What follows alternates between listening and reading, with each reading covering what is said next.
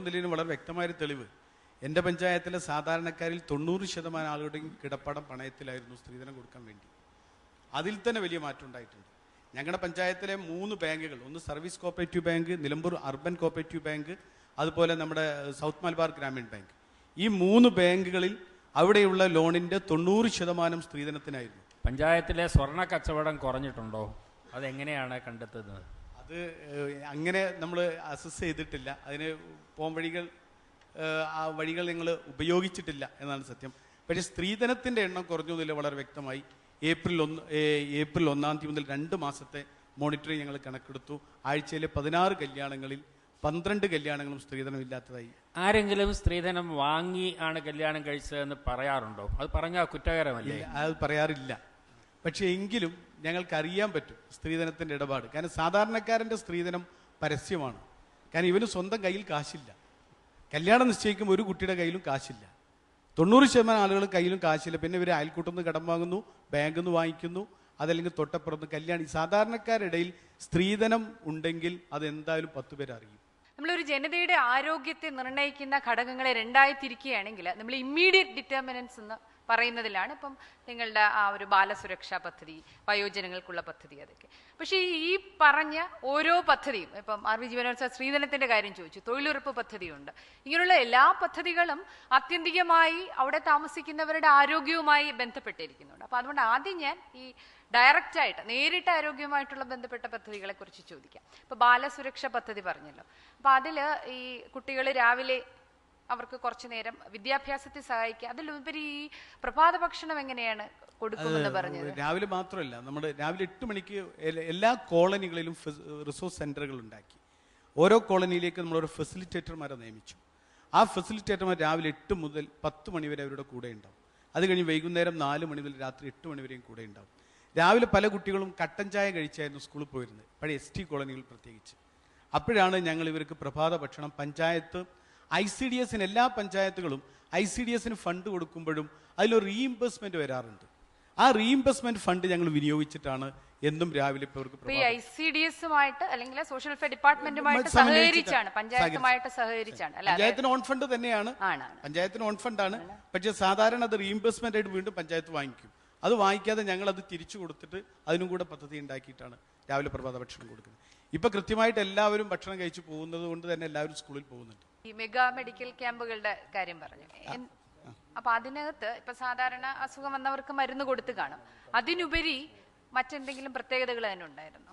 ഈ മരുന്ന് കൊടുക്കുക മാത്രമല്ല ചെയ്യുന്നത്. ഈ നമ്മൾ ഈ 60 വയസ്സ് കഴിഞ്ഞ മുഴുവൻ ആളുകളുടെയും 1555 60 വയസ്സ് കഴിഞ്ഞ സാധാരണക്കാരുടെ ആരോഗ്യ പരിപാലനം പഞ്ചായത്ത് നേരിട്ട് നടത്തുകയാണ്. അവർക്ക് മരുന്ന് ഫ്രീ ആണ്. ഈ 1555 ആളുകൾക്ക് മരുന്ന് ഫ്രീയാണ്. ഞങ്ങൾ ഹെൽത്ത് കാർഡ് കൊടുത്തിരിക്കുക. ആ കാർഡുമായി നീതി സ്റ്റോറിൽ ചെന്നാൽ അവർക്ക് ആവശ്യമുള്ള മരുന്ന് അവർക്ക് ഫ്രീ ആയിട്ട്. ഈ പദ്ധതി സ്ഥലത്തെ പ്രാഥമികാരോഗ്യ കേന്ദ്രം അങ്ങനെ ഏതെങ്കിലും ആശുപത്രിയുമായിട്ട് ബന്ധപ്പെടുത്തിയിട്ടാണോ ചെയ്യുന്നത്? അതെ, താലൂക്ക് ആശുപത്രിയുമായി ബന്ധപ്പെടുത്തി. താലൂക്ക് ആശുപത്രിയിൽ നിന്ന് പുറത്തേക്ക് മരുന്ന് എഴുതി കൊടുക്കുമല്ലോ, പ്രിസ്ക്രിപ്ഷൻ. ആ പ്രിസ്ക്രിപ്ഷനും പഞ്ചായത്ത് കൊടുത്ത ഹെൽത്ത് കാർഡും നീതി മെഡിക്കൽ സ്റ്റോറിൽ കാണിച്ചു കൊടുത്താൽ അവർക്ക് ആവശ്യമുള്ള മരുന്ന് സൗജന്യമായിട്ട് ലഭിക്കും. അതേപോലെ തന്നെ ഈ കുട്ടികൾക്കുള്ളതും അതുപോലെ തന്നെയാണ്. അംഗനവാടി തൊട്ട് 7ാം ക്ലാസ് വരെയുള്ള കുട്ടികൾക്കും 2882 കുട്ടികൾക്ക് ഞങ്ങൾ ഇതേപോലെ സൗജന്യമാണ് മരുന്ന് അവർക്ക്. താലൂക്ക് ആശുപത്രിയാണ്. പ്രാഥമികാരോഗ്യ കേന്ദ്രമുണ്ടോ? പ്രാഥമികാരോഗ്യ കേന്ദ്രം ഞങ്ങൾക്കില്ല. ഞങ്ങൾക്കുള്ള ചുങ്കത്തറ പഞ്ചായത്തിലാണ് CHC ആണുള്ളത്. സബ് സെന്റേഴ്സ് ഉണ്ട്, 5 സബ് സെന്റേഴ്സ്. സീനിയർ സിറ്റിസൺ സംഘടനയുടെ പ്രസിഡന്റ് വന്നിട്ടുണ്ടെന്ന് പറഞ്ഞല്ലോ. എത്ര പേരുണ്ട് ആ സംഘടനയിലെ? 70% മുതിർന്ന പൗരന്മാർ ഇതിൽ അംഗങ്ങളായിട്ടുണ്ട്. അതുപോലെ തന്നെ പ്രായം കൂടിയ ആൾക്ക് എത്ര വയസ്സ് കാണും? ഏറ്റവും പ്രായം കൂടിയ ആളിന് എത്ര വയസ്സ് കാണും? 86 വയസ്സ്. പിന്നെ നല്ലൊരു ലൈബ്രറി ഇതിൻ്റെ കൂടെ പ്രവർത്തിക്കുന്നുണ്ട്. അതിൽ ഇപ്പോൾ ഞങ്ങൾ തുടങ്ങിയ ശേഷം ലൈബ്രറി കൗൺസിലിൻ്റെ അംഗീകാരം നേടി 2500ഓളം പുസ്തകങ്ങളായി. അതിൽ തന്നെ പഞ്ചായത്ത് ഈ കഴിഞ്ഞ വർഷം 25,000 ഉറുപ്പികയുടെ പുസ്തകം തന്നു. ഇനി MLA ഫണ്ടിൽ ഒരു 50,000 ഉറുപ്പികയുടെ പുസ്തകം വരാൻ പോകുന്നുണ്ട്. പുസ്തകങ്ങൾ അവിടെയുള്ള എല്ലാവർക്കും വായിക്കാൻ പറ്റുന്നുണ്ടോ? അത് വായിച്ചു കൊടുക്കാൻ ആരെങ്കിലും ഉണ്ടോ? അത് ലൈബ്രറി ഉണ്ട്. അത് ഞങ്ങൾ സീനിയർ സിറ്റിസൺ അംഗമായ ഒരാളെന്നെ ഇരിക്കുന്നത്. 3 മണി മുതൽ 6:30 വരെ ലൈബ്രറി അവിടെ സ്ഥലത്തുണ്ടാവും. പിന്നെ ഞങ്ങൾക്കൊന്ന് പറയാനുള്ള, ഇന്ത്യയിൽ ആദ്യമായിട്ട് തന്നെ ഞങ്ങൾ അവകാശപ്പെടുന്നത് കൃത്രിമ ദന്തനിര നൽകിക്കൊണ്ട് ഞങ്ങൾ ഇപ്പോൾ 80ഓളം പേർക്ക് കൃത്രിമ ദന്തനിര നൽകി. ഈ ഫോറത്തിൽ എത്ര സ്ത്രീകൾ ഉണ്ടാവും?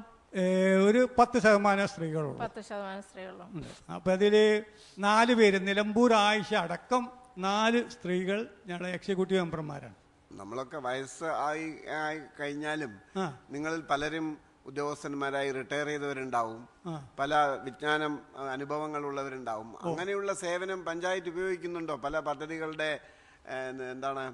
രൂപീകരണത്തിനോ ഇപ്പോൾ കൃഷി ഡിപ്പാർട്ട്മെൻറ്റിൽ നിന്നാണ് റിട്ടയർ ചെയ്തതെങ്കിൽ അവരുടെ സേവനമോ, അല്ലെങ്കിൽ ആരോഗ്യ ഡിപ്പാർട്ട്മെൻറ്റിൽ നിന്നാണെങ്കിൽ അവരുടെ സേവനമോ, അങ്ങനെ നിങ്ങളുടെ നോളേജ് കൂടെ ഇവർക്ക് പഞ്ചായത്തിന് പൊതുവേ ഉപകരിക്കുന്ന വിധത്തിൽ കൂടി പങ്കാളികളാവാലോ. വെറുതെ നമ്മളിരുന്ന് വർത്താനം പറഞ്ഞ് സമയം കളയണ്ടല്ലോ. അതില്ല.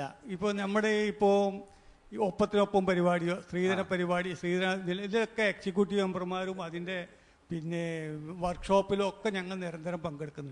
ഞങ്ങൾ സമയങ്ങൾ ഉണ്ടായതുകൊണ്ട് ഇപ്പോൾ ഈ ശുചിത്വത്തിലും പിന്നെ ഞങ്ങളുടെ സംഘത്തിൽ തന്നെ രാഷ്ട്രീയ രംഗത്ത് പ്രവർത്തിക്കുന്നവരുണ്ട്. ജില്ലാ പഞ്ചായത്ത് മെമ്പറുണ്ട്, പഞ്ചായത്ത് അംഗങ്ങളുണ്ട്, മറ്റു പല കാര്യങ്ങളിലൊക്കെ ഉണ്ട്. അപ്പോൾ എല്ലാ രംഗത്തും സജീവത നിലക്കുന്ന ഒരു നിർദ്ദേശമായിട്ട് പറയാനുള്ളത് ഈ ഒപ്പത്തിനൊപ്പം അതുപോലെ തന്നെ ഈ അംഗൻവാടികളിലെല്ലാം കൊച്ചു കുട്ടികളെ അവർക്ക് കഥ പറഞ്ഞു കൊടുക്കാനും അവരെ കൊഞ്ചിക്കാനും ഒക്കെ ആയിട്ട് മുതിർന്ന സ്ത്രീകളെ അവർക്കും വീട്ടിലെ ഒറ്റപ്പെടൽ അനുഭവപ്പെടുന്നവർക്ക് അത് ചിലപ്പോൾ സ്വാഗതം ചെയ്തേക്കും.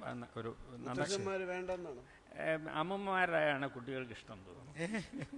കഥ പറഞ്ഞു കൊടുക്കാനേ അമ്മൂമ്മമാര് മതി എന്നാ പറയുന്നത്, മുത്തശ്ശന്മാര് വേണ്ടെന്നാ പറയുന്നത്. നിങ്ങൾ ഈ ഒപ്പത്തിനൊപ്പം ഇതുപോലെയുള്ള വളരെ നല്ല പദ്ധതികൾ ഉണ്ടായിട്ടും നിങ്ങളുടെ സ്പെഷ്യൽ കമ്പോണന്റ് പ്ലാൻ യൂട്ടിലൈസേഷൻ വളരെ കുറവാണ്. 34 ലക്ഷത്തിലെ 12 ലക്ഷത്തോളമേ ഉപയോഗിച്ചിട്ടുള്ളൂ. അതെങ്ങനെ പറ്റി? സർ, ഞങ്ങൾ കഴിഞ്ഞ 2007-2008 ഞങ്ങൾ 100%, 2008-2009 ഞങ്ങൾ 96%, 2009 ഈ കഴിഞ്ഞ വർഷം മാത്രം ഞങ്ങളുടെ പദ്ധതി പാസ്സായി വരാൻ മാർച്ച് 3-ാം തീയതി പദ്ധതി പാസ്സായി വരുന്നത്. പദ്ധതി പാസ്സായി കാരണം ഞങ്ങളതിന് ഈ SC പദ്ധതികൾ, കാരണം നേരത്തെ കൊടുത്ത പദ്ധതികൾ മറ്റൊന്ന്, എന്നിട്ട് ഞങ്ങൾ ആ പദ്ധതി നടപ്പിലാക്കി. അത് ഞങ്ങൾ കൊടുത്ത പദ്ധതി കുറേ ഇന്നോവേറ്റീവ് പദ്ധതി, അത് പാസ്സാക്കി തരാൻ കഴിയില്ല, തർക്ക പ്രോജക്റ്റാണ്, സംസ്ഥാന പ്ലാനിംഗ് ബോർഡിന് അയക്കണം എന്നൊക്കെ പറഞ്ഞ് കുറേ തർക്കങ്ങളും കാര്യങ്ങളുമായിട്ട് കുറേ സമയം പോയി. വളരെ വിപ്ലവാത്മകമായ പല പരിപാടികൾക്ക് രൂപം നൽകിയിട്ടുള്ള പഞ്ചായത്താണ് താങ്കൾ. കൃഷിക്കാരുടെ ഉൽപ്പന്നങ്ങൾ അവിടെ, അതായത് ഒരു നിലമ്പൂരിന് ഒരു വലിയൊരു അഗ്രികൾച്ചർ മാർക്കറ്റിംഗ് കോംപ്ലക്സ് ഉണ്ടാക്കാനുള്ള സാധ്യതയാണ്. വിശേഷിച്ചും ഇപ്പോൾ ട്രെയിൻ സൗകര്യങ്ങൾ വർദ്ധിപ്പിക്കുന്നു. അവിടെ ഉണ്ടാക്കുന്ന പല ഉൽപ്പന്നങ്ങളും നേരിട്ട് ഈ റെഫ്രിജറേറ്റഡ് വെയർ ഹൗസിംഗ് ഫെസിലിറ്റീസ് ഉള്ള ഒരു വലിയ അഗ്രികൾച്ചർ മാർക്കറ്റിംഗ് സിറ്റുവേഷൻ, ഒരു കോംപ്ലക്സ് എന്തുകൊണ്ട് നിങ്ങൾ ഉണ്ടാക്കുന്നില്ല എന്നുള്ളതാണ് എൻ്റെ ചോദ്യം. ഇപ്പം ഞങ്ങളതിൻ്റെ തുടക്കമാണ് തുടങ്ങിയത്. ഒരു കർഷക സംഘം രൂപീകരിച്ച് അവർക്ക് വേണ്ടി ഒരു വിപണന കേന്ദ്രം ഉണ്ടാക്കി, അവർക്ക് വേണ്ടി ജൈവ പച്ചക്കറി അതുപോലുള്ള കാര്യങ്ങൾ ഉണ്ടാക്കി. തരിശായി കിടക്കുന്ന ഭൂമികൾ ഈ സ്വദേശ കർഷക സംഘം ഏറ്റെടുത്ത് കൃഷി ചെയ്തു വരുന്നു. അതേപോലെ തന്നെ അവർക്ക് വേണ്ട ഉൽപാദന പിന്നെ ഈ നേരത്തെ ഉണ്ടായിരുന്ന അവർക്ക് വെള്ളം സമയത്ത് കിട്ടുന്നില്ല, അപ്പോൾ അവർ തന്നെ സ്വയം ഒരു വളം ഡപ്പോ അവർക്ക് അനുവദിച്ചു കൊടുത്തു. അവർക്ക് എനിക്ക് മനസ്സിലായി വർദ്ധിപ്പിക്കുന്നതിനുള്ള ഉപാധികളുടെ എല്ലാം നിങ്ങളുടെ ജോലിയിൽ നല്ലത് തന്നെ. 100% സബ്സിഡിയിൽ യന്ത്രങ്ങൾ നൽകുന്നത് തന്നെ നമുക്ക് ആർക്കും ചിന്തിക്കാൻ വയ്യാത്തൊരു കാര്യമാണ്. ചിന്തിക്കാവുന്ന കാര്യം. ഞാൻ പറഞ്ഞത് ഈ കാർഷിക ഉൽപ്പന്നങ്ങൾക്ക് ന്യായമായ വില കിട്ടിയില്ലെങ്കിൽ കൃഷിക്കാർ ഇത് കളഞ്ഞു വെച്ച് പോകും. നിങ്ങൾക്ക് ആവശ്യമുള്ള, അപ്പം ഇന്നത്തെ ഭൂമിശാസ്ത്രപരവും ഗതാഗത സൗകര്യങ്ങളും നോക്കുമ്പോൾ പിന്നെ നിലമ്പൂരിന് ഒരു വലിയ agriculture marketing, produce marketing complex ആകാനുള്ള സാധ്യതകളുണ്ട്. പിന്നെ വേറൊരു കാര്യം, നിങ്ങൾ ഈ ഓർഗാനിക് ഫാമിംഗ് എന്ന് പറഞ്ഞാൽ 550 കൃഷിക്കാർ നിങ്ങൾ ആര് രജിസ്റ്റർ ചെയ്തു? 550 പഞ്ചായത്തിൽ രജിസ്റ്റർ ചെയ്തു. അവര് പഞ്ചായത്തിന് ജൈവ കൃഷിക്കാരെ രജിസ്റ്റർ ചെയ്യാനുള്ള അവകാശമില്ല. അല്ല സർ, ഞങ്ങളൊരു പദ്ധതി, പഞ്ചായത്തിനൊരു പദ്ധതി ഉണ്ടാക്കി. എന്നിട്ട് ഞങ്ങൾ പറഞ്ഞിരിക്കുന്നത് 15 സെന്റിൽ കൂടുതൽ സ്ഥലമുള്ള മുഴുവൻ ആളുകളെയും ഇതിൽ രജിസ്റ്റർ ചെയ്യാൻ വേണ്ടിയാണ് ഞങ്ങളൊരു ഫോം. ചെറുകിട കൃഷിക്കാരെ കൂട്ടിച്ചേർത്ത് അവിടെ ഒരു ജൈവ കൃഷി പ്രസ്ഥാനം ഉണ്ടാക്കുന്നതിന് പഞ്ചായത്ത് നേതൃത്വം നൽകുന്നതിന്റെ ഭാഗമാണെങ്കിൽ അത് ശരി. അതെ സർ, അങ്ങനെയാണോ? അങ്ങനെയാണ് ചെയ്തത്.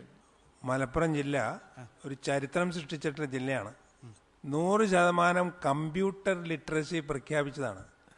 അതിൻ്റെ ഇന്നത്തെ സ്ഥിതി എങ്ങനെയാണ്? ഞങ്ങളവിടെ കമ്പ്യൂട്ടറിൻ്റെ കഫേകളോ ചെറിയ ചെറിയ ഷോപ്പുകളോ അതൊന്നും കാണാൻ പറ്റിയില്ല. ഇപ്പോഴത്തെ സ്ഥിതി എന്താണ് സർ? ഈ മലപ്പുറം ജില്ലയിൽ കമ്പ്യൂട്ടർ സാക്ഷരത ഉണ്ടാക്കി അക്ഷയ പദ്ധതിയുടെ ഭാഗമായിട്ട് അത് നല്ല രൂപത്തിൽ അത് നടന്നു വന്നു. ഞങ്ങളുടെ പഞ്ചായത്തിലൊക്കെ വളരെ നല്ല രൂപത്തിൽ നടന്നു വന്നിരുന്നു. പക്ഷെ പലപ്പോഴും അത് ജില്ലാ പഞ്ചായത്തിൻ്റെ നേതൃത്വത്തിലായിരുന്നു ആ വലിയൊരു പദ്ധതി നടന്നു വന്നിരുന്നത്. അത് അന്ന് വളരെ നന്നായിട്ട് നടന്നിരുന്നു. പിന്നീട് തുടർച്ചയായിട്ട് ഈ ഒരു ഫോളോ അപ്പ് ഈ കാര്യത്തിൽ ഉണ്ടായിട്ടില്ല എന്നത് ഒരു വാസ്തവമാണ്. പക്ഷെ ഞങ്ങളുടെ പഞ്ചായത്തിലൊക്കെ നിലവിലുണ്ടായിരുന്ന അക്ഷയ കേന്ദ്രങ്ങൾ അതേപോലെ മുഴുവൻ കേന്ദ്രങ്ങളും ഇന്നും നിലനിൽക്കുന്നുണ്ട്. അല്ല, അക്ഷയ കേന്ദ്രം മാത്രമല്ലല്ലോ കമ്പ്യൂട്ടർ ലിറ്ററസിയുടെ, സാധാരണ ജനങ്ങൾ പോലും കമ്പ്യൂട്ടർ ഉപയോഗിച്ച് കാര്യങ്ങൾ നടത്താനുള്ള പ്രാപ്തി നേടിയെന്ന് ലോകം മുഴുവൻ അറിഞ്ഞ ഒരു കാര്യമാണ്. അതെ. അപ്പോൾ അതിൻ്റെ അത്രയും ശതമാനമില്ലെങ്കിലും ആ ചെറിയ ഇത്തരത്തിലുള്ള ആളുകൾക്ക് കമ്പ്യൂട്ടർ ലിറ്ററസി കിട്ടാനുള്ള പരിപാടികൾ മുനിസിപ്പാലിറ്റി എങ്കിലും നേതൃത്വം കൊടുത്ത് ചെയ്യേണ്ടി വരും എന്ന് പറയുകയാണ് ഞാൻ. തീർച്ചയായിട്ടും സർ. മാർക്കറ്റുകളുടെ ഖരമാലിന്യ നിർമ്മാർജ്ജനവുമായിട്ട് ബന്ധപ്പെട്ട് അതിനു വേണ്ടിയിട്ട് പഞ്ചായത്ത് എന്തൊക്കെയാണ് ഇപ്പൊ ചെയ്തുകൊണ്ടിരിക്കുന്നത്, ഇനി എന്തൊക്കെയാണ് ചെയ്യാൻ ഉദ്ദേശിക്കുന്നത്? ഖരമാലിന്യ സംസ്കരണമാണ് പഞ്ചായത്ത് ആദ്യമായി എടുത്തൊരു പ്രോജക്റ്റ്. പക്ഷേ നേരത്തെയുള്ള പഞ്ചായത്ത് വാങ്ങിയ സ്ഥലത്താണ് ഞങ്ങൾ പ്രോജക്റ്റുമായി മുന്നോട്ട് പോയത്. അപ്പോൾ ചുറ്റുപാടുള്ള പരിസരവാസികൾ ഒരു നിലക്കും അത് സമ്മതിക്കില്ല.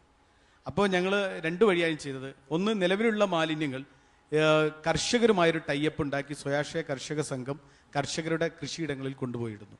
ഈ പ്ലാസ്റ്റിക് മാലിന്യങ്ങൾ അവർ നമ്മുടെ ഒരു കടക്കാരന് കൊടുത്തിട്ട് അയാൾ അത് കൊണ്ടുപോയി കോഴിക്കോട്ട് ഫാക്ടറിയിലേക്ക് കൊണ്ടുപോകുന്നു. 2 വഴിയാണ്. പഞ്ചായത്ത് തന്നെ 2 മാർഗം ഉണ്ടാക്കി. ഒന്ന്, പ്ലാസ്റ്റിക് മാലിന്യങ്ങളും മറ്റു മാലിന്യങ്ങളും വേർതിരിച്ചുകൊണ്ട്. പിന്നെ രണ്ടാമത്തെ കാര്യം, ഞങ്ങളിപ്പോൾ പിന്നെ ഖരമാലിന്യ സംസ്കരണത്തിന് ഞങ്ങൾ 4 ഭാഗത്തുള്ള 4 പഞ്ചായത്തുകൾ കൂടി ബ്ലോക്ക് പഞ്ചായത്തിൻ്റെ നേതൃത്വത്തിൽ ഖരമാലിന്യ സംസ്കരണത്തിന് സ്ഥലമെടുത്ത് അതിൻ്റെ കൺസ്ട്രക്ഷൻ നടന്നു വരുന്നു. അതിന് പഞ്ചായത്ത് 10 ലക്ഷം രൂപ കൊടുത്തു കഴിഞ്ഞു. എല്ലാ പഞ്ചായത്തുകളും കേന്ദ്രീകരിച്ച് ഇത് വരുന്നതും നിലമ്പൂർ പഞ്ചായത്തിന്റെ ബോർഡറിൽ തന്നെയാണ്. പഞ്ചായത്തിൽ നിന്ന് മുനിസിപ്പാലിറ്റി ആവുമ്പോൾ അതിന്റെ പ്രധാന മാനദണ്ഡം എന്താണ് സർ? മാനദണ്ഡം സത്യം പറഞ്ഞാൽ ഞങ്ങളല്ലല്ലോ മുനിസിപ്പാലിറ്റി. അവര് പറഞ്ഞ ജനസാന്ദ്രത ഒന്ന്. അപ്പൊ അതിനെപ്പറ്റി നിങ്ങൾക്ക് അതിന് അറിയില്ല? അല്ല, ഞങ്ങളോട് പറഞ്ഞത് ജനസാന്ദ്രതയാണ് ഒന്ന് പറഞ്ഞ്.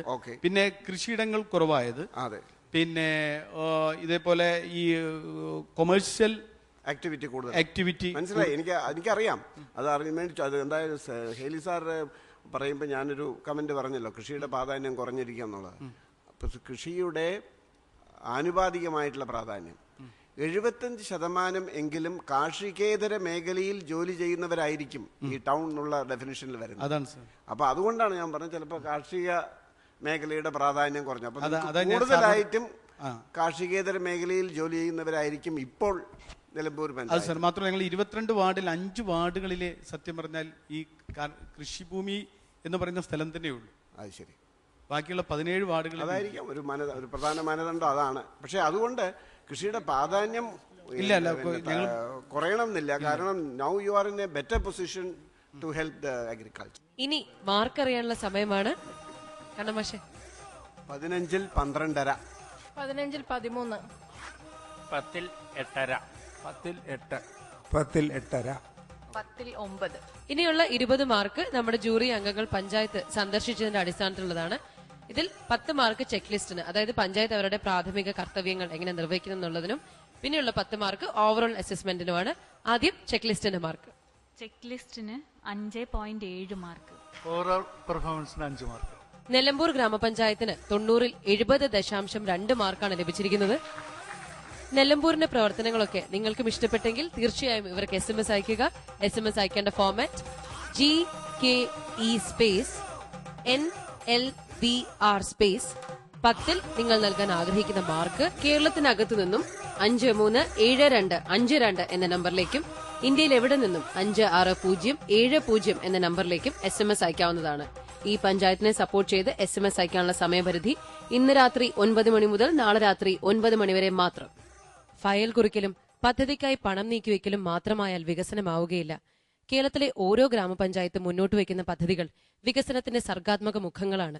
ഗ്രീൻ കേരള എക്സ്പ്രസിലൂടെ ഞങ്ങൾ ആവിഷ്കരിക്കാൻ ശ്രമിക്കുന്നതും അതുതന്നെയാണ്. ഇന്നത്തെ എപ്പിസോഡ് പൂർണ്ണമാവുകയാണ്. മറ്റൊരു വികസന കഥയുമായി വീണ്ടും അടുത്ത അധ്യായത്തിൽ. നന്ദി, നമസ്കാരം. ശുചിത്വ കേരളം, സുന്ദര കേരളം, ഗ്രീൻ കേരള എക്സ്പ്രസ് നിങ്ങൾക്കായി അവതരിപ്പിച്ചത് ശുചിത്വ മിഷൻ. എന്റെ കേരളം മാലിന്യമുക്തം.